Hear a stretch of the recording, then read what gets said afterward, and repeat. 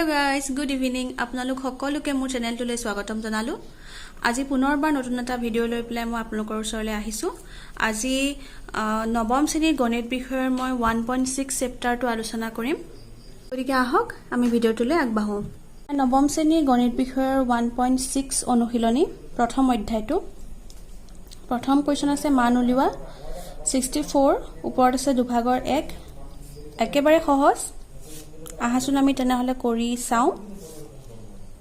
এতিয়া সোৱা ফাৰ্স্ট কোৱেশ্চনটো আছে 64 ওপৰত আছে দুভাগৰ 1 একেবাৰে সহজ মই কৰি দেখুৱালে এটা কৰি দেখুৱালে গুটেখিনি বুজি পাবা আনসাৰ সলিউশন কি হ'ব 64 ওপৰত দুভাগৰ 1 ইয়াত সোৱা ইয়াত যেহেতুকো দুভাগৰ 1 আছে আমি কি কৰিম ইয়াত যেহেতুকে 2 আছে আমি 64 টুকু এনেকুৱা এটা সংখ্যাৰে ভাঙিব লাগিব মানে পূৰণ কৰি দেখুৱাব লাগিব যে এনেকুৱা এটা সংখ্যা হ'ব লাগিব যিটো সংখ্যা দুবাৰ পূৰণ কৰিলে 64 হ'ব লাগিব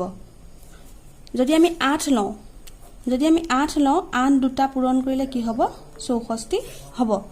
গতিকে আমি কি কৰো 8 * 8 ব্ৰেকেট হ'ব দুভাগৰ 1 বুজি পালানে আমি 64 টুক ভাঙি দিলো মানে ইয়াত যেহেতুকে 2 আছে গতিকে আমিও এনেকুৱা দুটা সংখ্যা ললো যি দুটা পূৰণ কৰিলে 64 হ'ব এতিয়া সোৱা মই কৰি থাকিলে তোমালোকে বুজি পাবা আন যেহেতুকে দুটা আছে আমি কি কৰিলো 8 স্কয়াৰ কৰি দিলো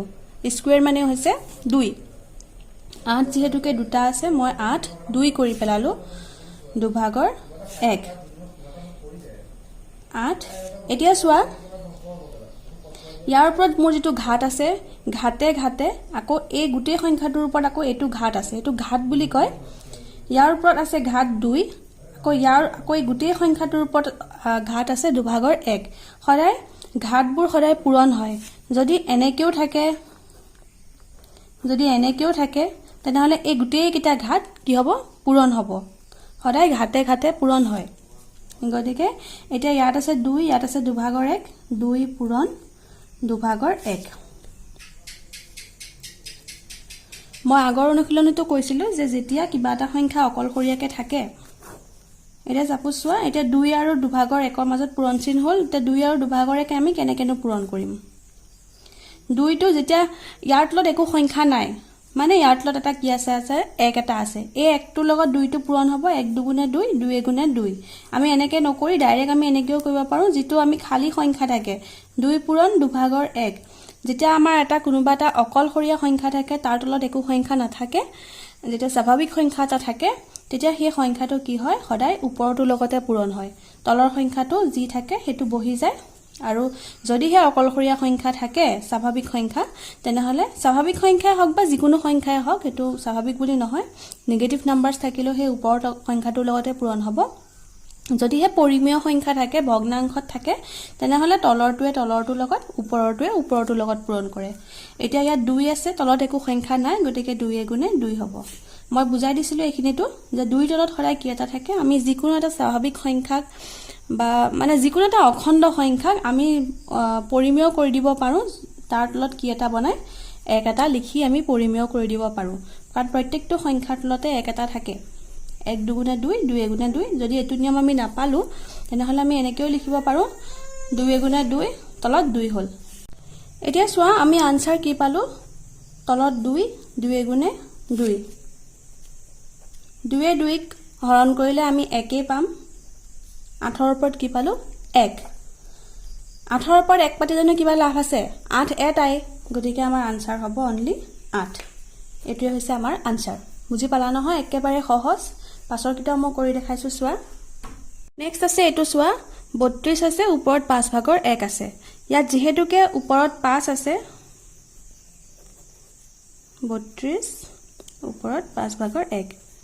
যেহেতুকে ওপৰত এবাৰ 5 আছে আগত আমি 2 থকা কাৰণে সংখ্যাটোক দুবাৰ ভাঙিছিলো এবাৰ যেহেতুকে 5 আছে আমি এনেকুৱা এটা সংখ্যা লব লাগিব যিটো সংখ্যা 5 বাৰ পূৰণ কৰিলে 32 ওলাব আমি কাখত মৌলিক উৎপাদক কৰি চাও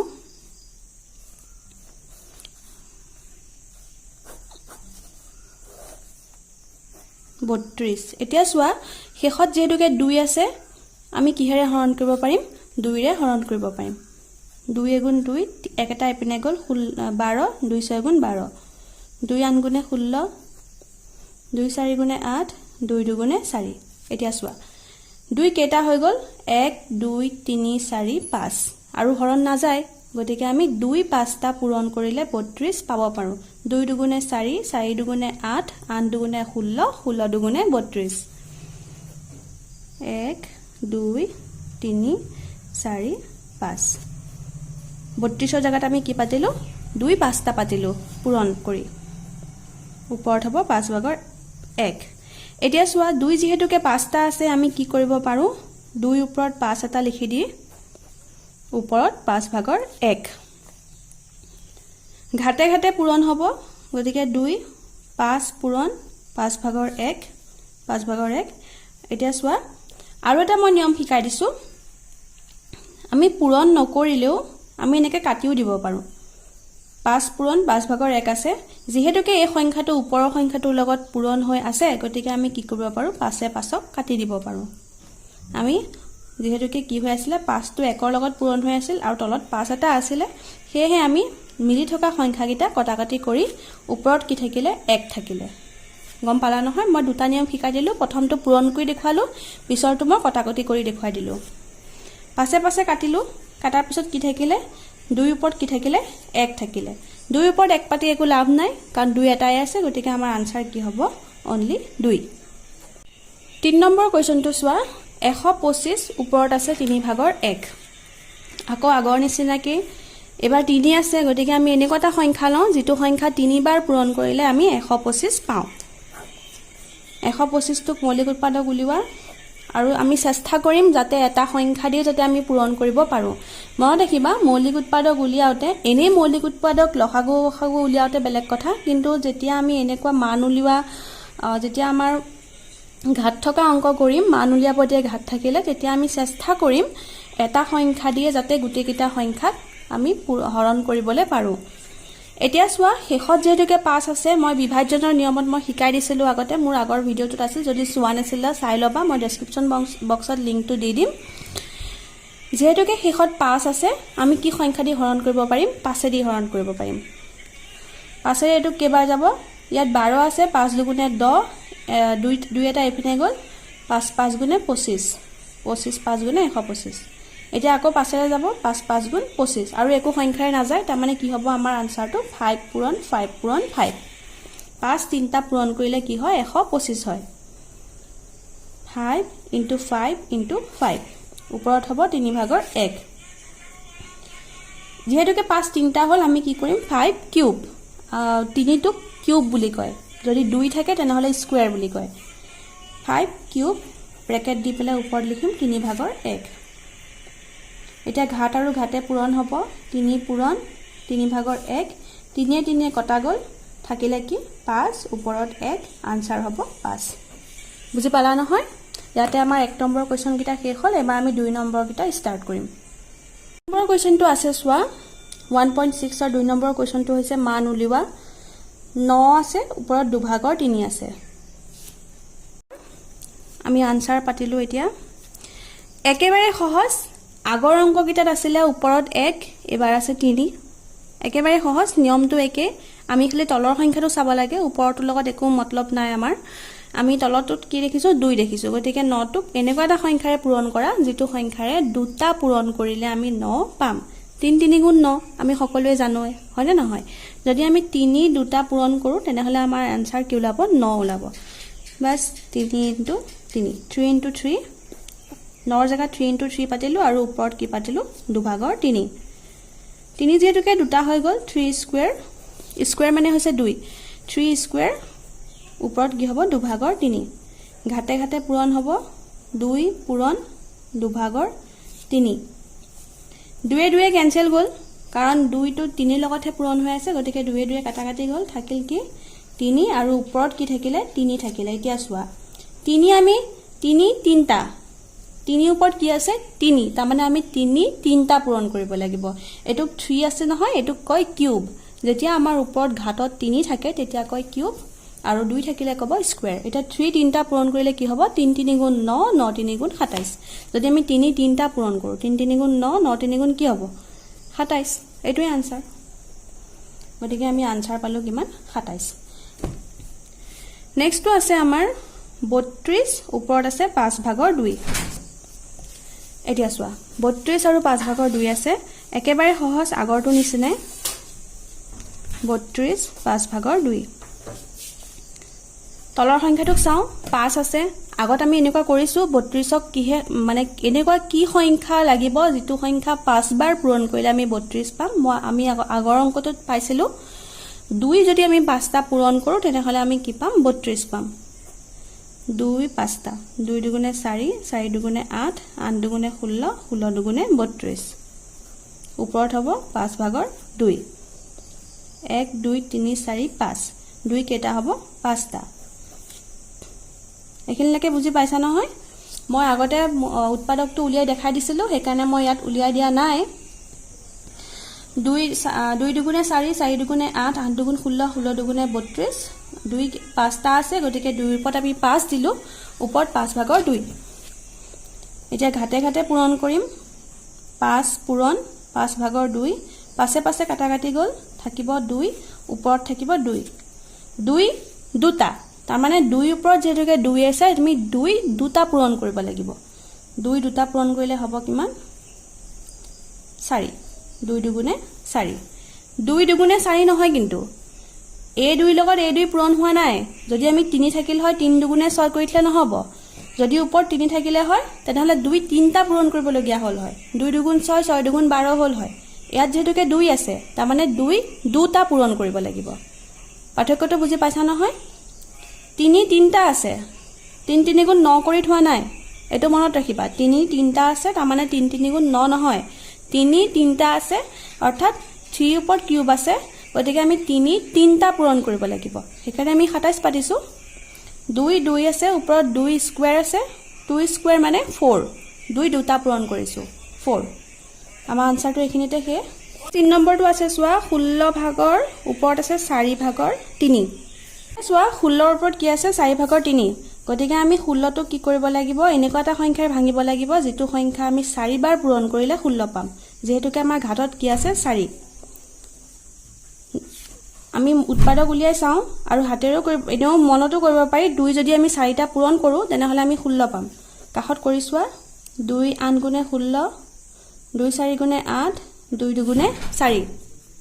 2 দুটা 2 4টা যদি আমি পূৰণ কৰো 2 দুগুণে 4 4 দুগুণে 8 8 দুগুণে 16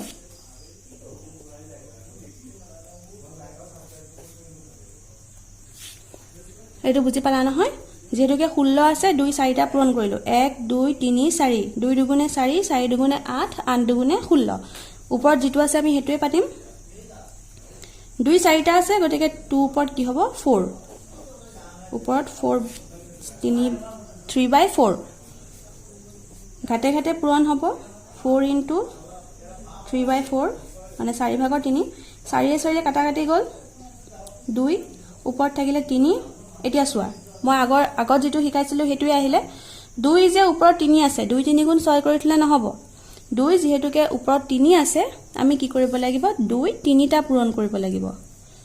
এটো একেবাৰে ভুল নকৰিবা বহুত লৰাছলে এনেকুৱা ভুল কৰে 2 দুগুণ 4 4 দুগুণে 8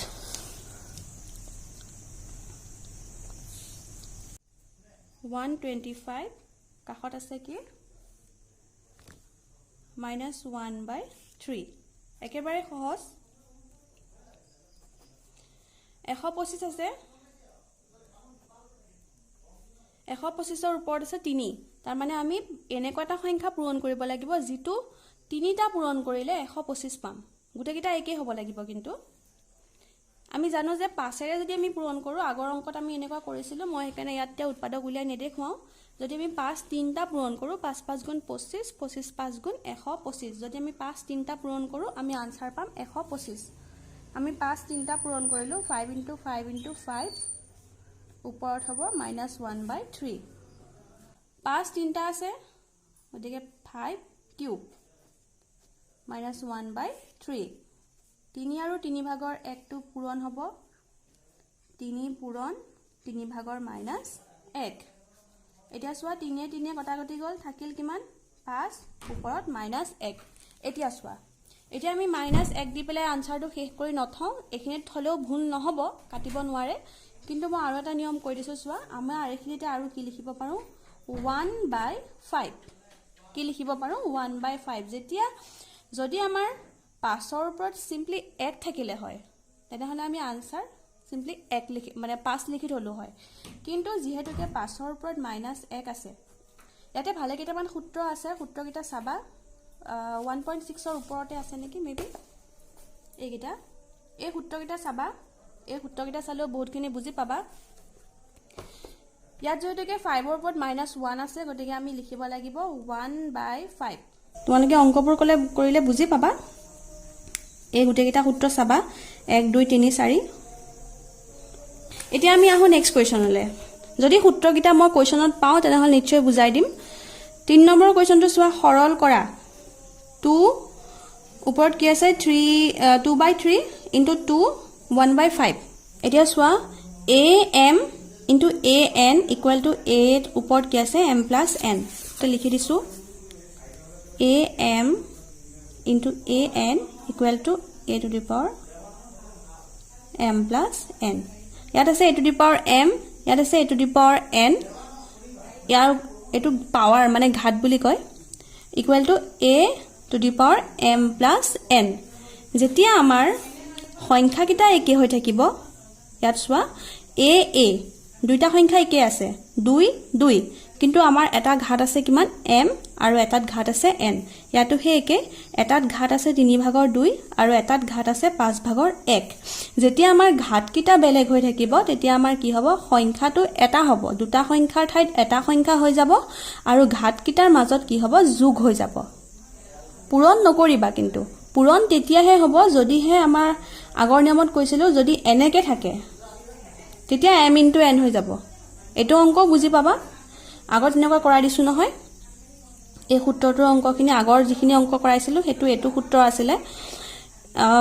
এতিয়া চোৱা মই এটো সূত্ৰ বুজাই দিছো যেতিয়া সংখ্যা কিটা একে হয় কিন্তু আমাৰ ওপৰৰ ঘাত কিটা বেলেগ হয় আৰু যেতিয়া মাজত পূৰণ চিন থাকে ইনটু এটো ডট মানে পূৰণ চিন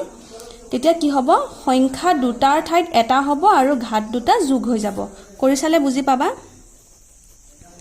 কোৱেশ্চনটো আছে কিমান 2 to the power 2/3 into 2 to the power 1/5 এতিয়া চোৱা কি হ'ব দুটা দুই জায়গাত কি আহিব মাজত পূৰণ চিন আছে দুটা দুই জায়গাত আহিব এটা দুই আৰু ঘাত কিটা হ'ব যোগ 3 ভাগৰ 2 যোগ 5 ভাগৰ 1 নাই কাৰণ 3টোৰ উৎপাদক নাই 1 আৰু 3 আৰু 5ৰ উৎপাদক 1 আৰু 5 গতিকে আমি কি কৰিব লাগিব 3 আৰু 5 টো পূৰণ কৰিব লাগিব যেতিয়া উৎপাদক যেতিয়া নাথাকে তেতিয়া আমি কি কৰিব লাগিব 3 পূৰণ 3 5 গুণ কি কৰিব লাগিব 15 3 3 এ 15 ঘৰণ কৰিলে 5 5ৰ লগত 2 পূৰণ কৰিলে 10 5 এৰে 15 ঘৰণ কৰিম মানে তলৰ সংখ্যাটো ঘৰণ কৰি হৰণ যেটো আমি পাও আনসাৰটো সেই আনসাৰটোৱে ওপৰৰ সংখ্যাটোক পূৰণ কৰিব লাগে 5 এৰে 15 ঘৰণ কৰিলো 5 3 গুণ 15 3 এ গুণে 3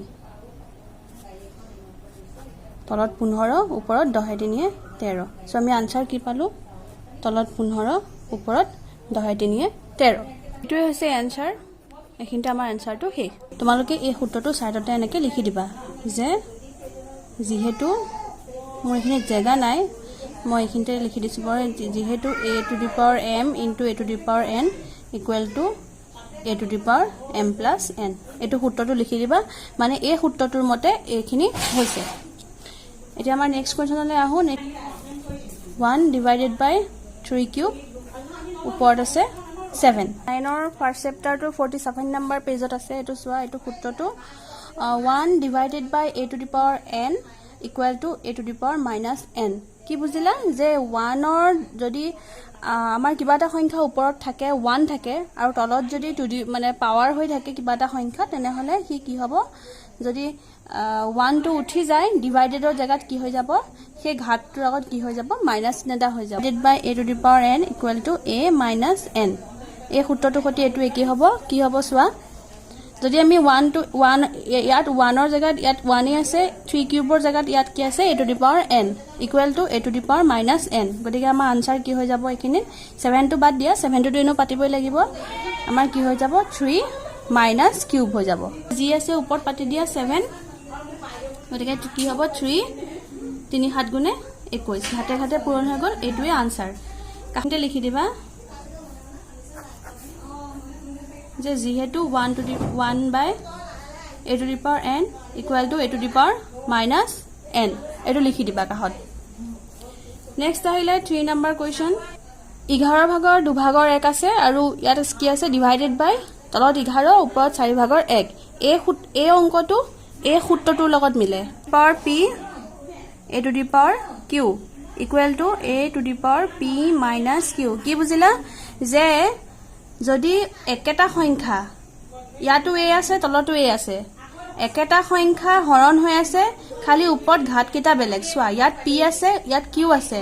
যেতিয়া একেটা সংখ্যা হৰণ চিনৰ মাজত থাকে আৰু ওপৰত ঘাত কিটা বেলেগ হৈ থাকে তেতিয়া কি হয় এই ওপৰৰ সংখ্যাটোৰ পৰা বিয়োগ পিছৰ ঘাতটো বিয়োগ হৈ যায় কিন্তু সংখ্যা একেটাই হ'ব a আৰু a জায়গাত a আহিব আৰু ঘাত দুটাৰ মাজত কি হৈ যাব বিয়োগ হ'ব প্ৰথম p বহিব ওপৰৰ সংখ্যাটো বহিব তাৰ পিছত q আহিব এটো সোয়া ওপৰত 11 আছে তলতো 11 আছে ইয়াত জেনেকে ওপৰতো a আছে তলতো a আছে ইয়াত p জায়গাত 2 ভাগৰ 1 আছে ইয়াত q জায়গাত 4 ভাগৰ 1 আছে সূত্ৰমতে কি হ'ব a আহিব তাৰ মানে ইয়াত কি আহিব 11 আহিব p - q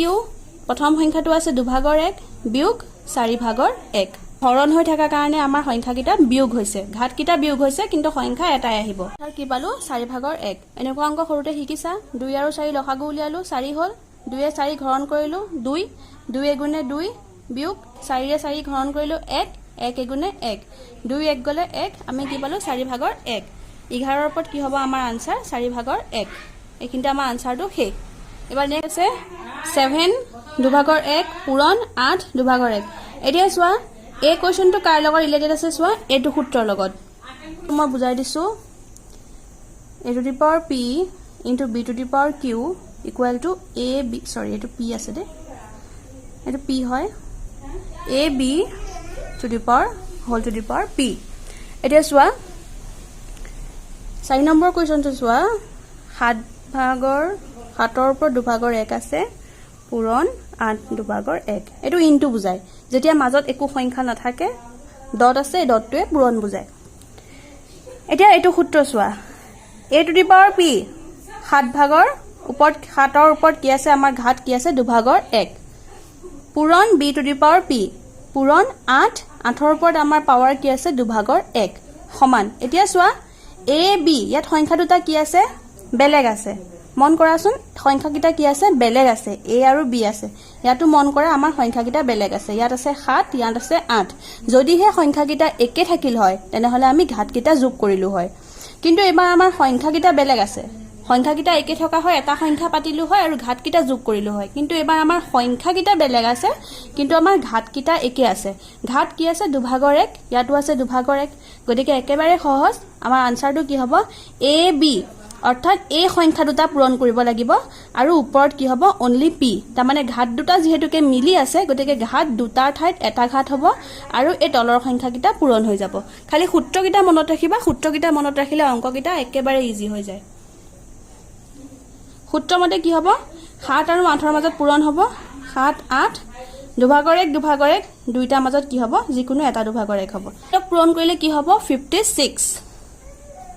7 8 গুণ 56 56 ৰ ওপৰত হ'ব 2 ভাগৰ 1 এইখিনতে আমাৰ মেথছটো কমপ্লিট